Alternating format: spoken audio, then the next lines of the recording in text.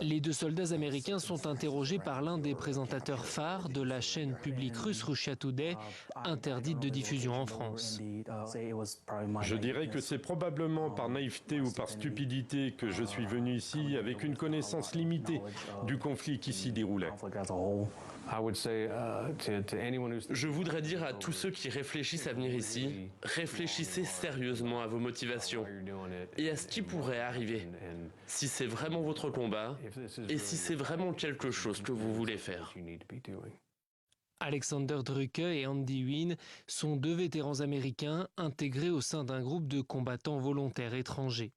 Dans cette interview, ils reprennent à leur compte la plupart des arguments de la propagande russe.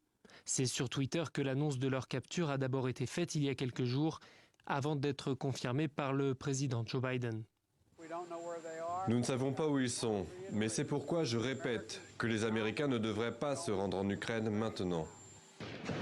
La chaîne de télévision russe affirme que les 2 hommes seraient retenus dans un centre de détention dans la région du Donbass.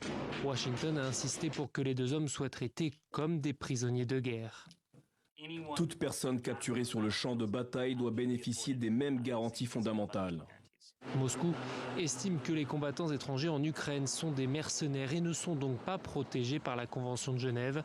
La semaine dernière, 3 soldats, 2 Britanniques et un Marocain ont été condamnés à mort par les séparatistes pro-russes dans le Donbass.